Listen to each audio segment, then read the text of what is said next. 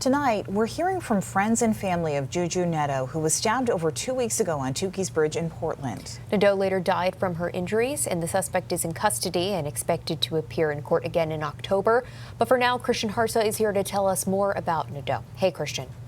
Hi, Amanda and Bailey. 21-year-old Juju Nadeau liked Pokemon, caring for her friends, and was always the one encouraging others to have a good time. She also enjoyed exploring Portland on long walks, and while her life ended early, her friends aren't done telling her story.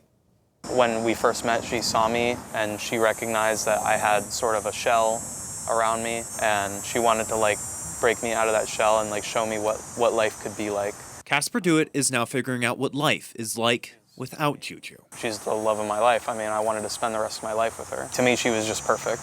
The best friend I've ever had. Liz McGee spent the better part of 2 months in Portland, away from her home in Massachusetts, to be with Juju. Hanging out, going out, walking around Portland every night. Including that night, when they were walking the Back Cove Trail.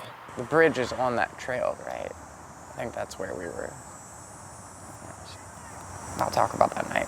A sworn affidavit tells us what Liz wants to forget.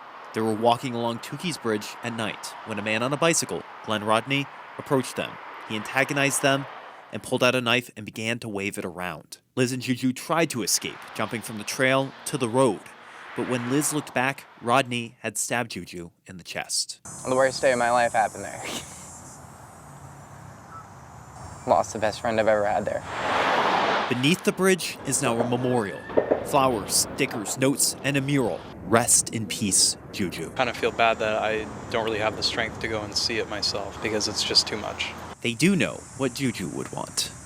The universal consensus is throw as many parties as possible in her honor. She wanted to be a bartender at a big gay bar in a big gay city. So Casper is going to open up that big gay bar. It's something I'm looking forward to doing, and I'm going to make it happen. With the name already picked out. Juju's.